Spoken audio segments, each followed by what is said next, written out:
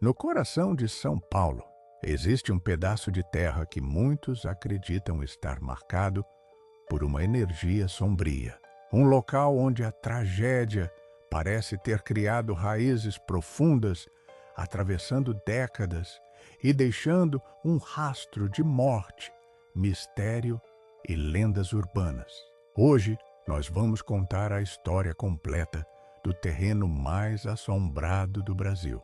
Muito antes do edifício Joelma arder em chamas e chocar o mundo em 1974, aquele mesmo pedaço de chão, ou muito perto dele, foi palco de um dos assassinatos mais brutais e frios da história policial brasileira, o infame Crime do Poço. E como se o sangue e o fogo não fossem suficientes, a tragédia deixou um legado sobrenatural que atrai devotos até hoje. O mistério das 13 almas. Prepare-se para uma viagem no tempo, onde o crime real se encontra com o inexplicável. Inscreva-se no canal, apague as luzes e venha comigo. Nossa história começa em 1948. São Paulo era uma cidade em expansão, e na rua Santo Antônio, número 104, exatamente na área onde mais tarde seria construído o complexo do Joelma, vivia a família Camargo. A casa era habitada por Benedita, uma senhora de 56 anos, e seus 3 filhos, Maria Antonieta, de 23 anos, Cordélia, de 19, e Paulo Ferreira de Camargo, um brilhante químico e professor assistente da Universidade de São Paulo, de apenas 26 anos. Paulo era visto como um jovem promissor, mas escondia segredos obscuros. No final de outubro daquele ano, ele contratou operários para cavar um poço no quintal de casa, alegando que precisava de água não tratada para montar uma fábrica de adubos. Na universidade, ele começou a fazer perguntas estranhas aos seus superiores, questionando quais seriam os melhores agentes químicos para corroer um cadáver. No dia 4 de novembro de 1948, o plano macabro foi colocado em prática.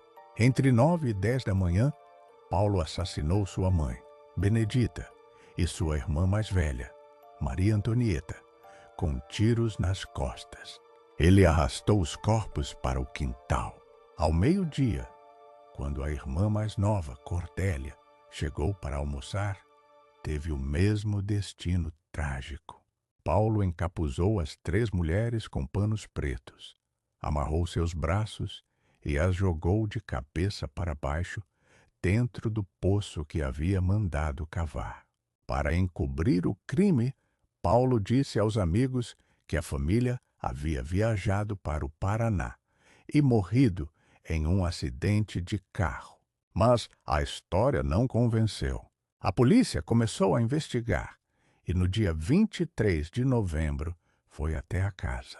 Quando os bombeiros começaram a escavar o poço e encontraram os corpos, Paulo pediu para ir ao banheiro.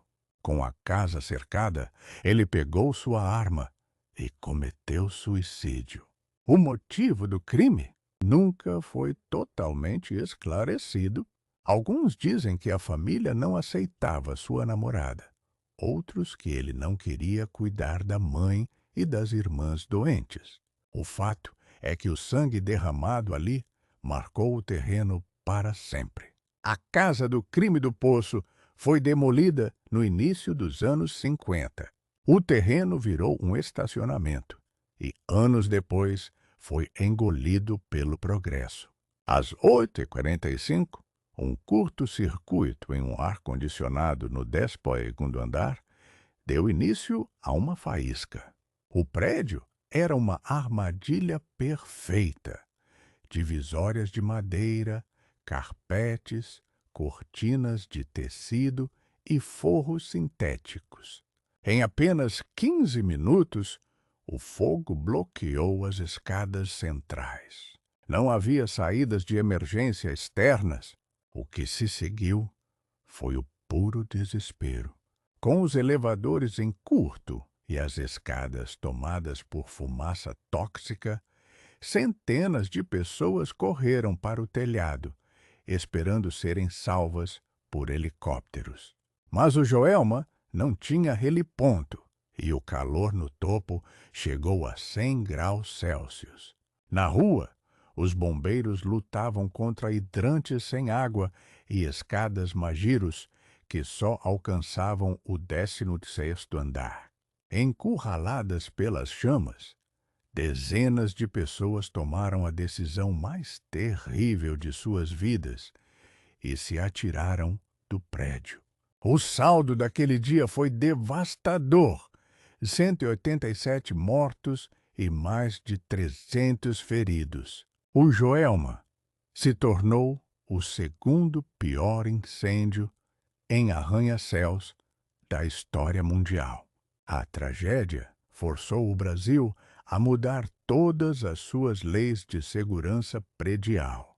Mas, no meio daquelas cinzas, um novo mistério estava prestes a nascer. Durante o resgate nos escombros do Joelma, os bombeiros fizeram uma descoberta macabra.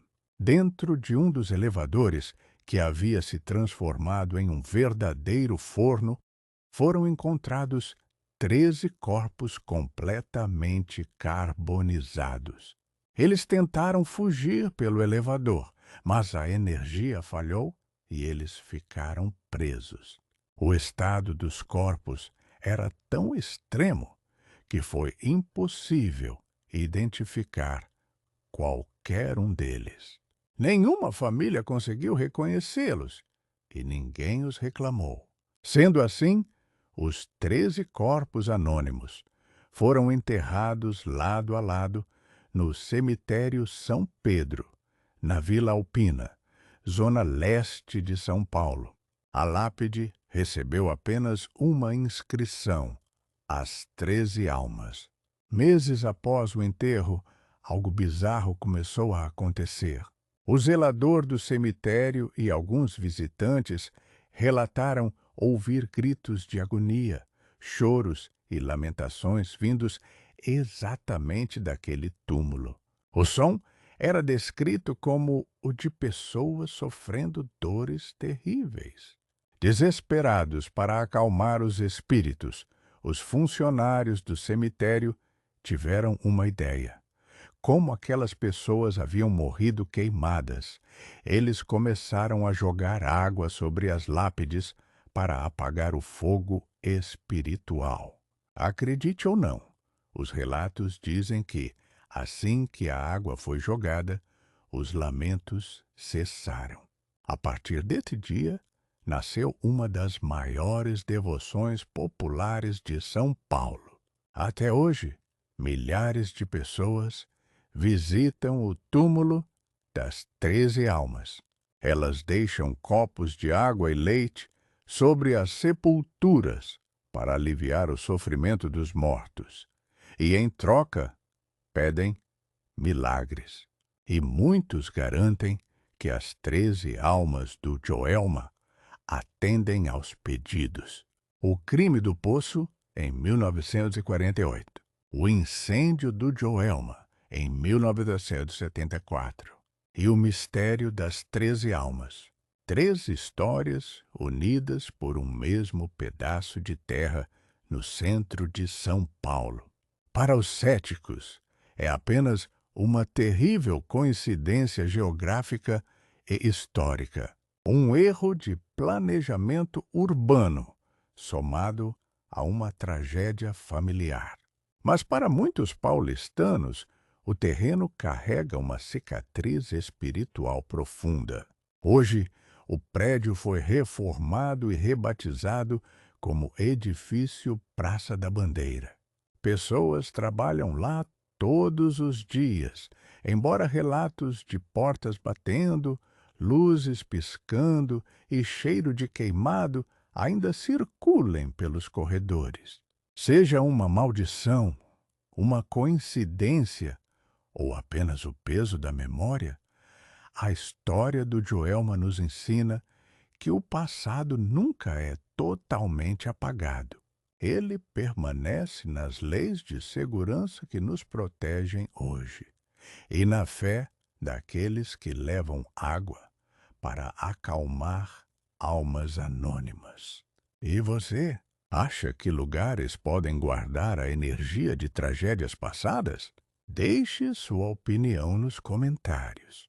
Não esqueça de curtir o vídeo e se inscrever no canal. Eu fico por aqui. Até a próxima investigação.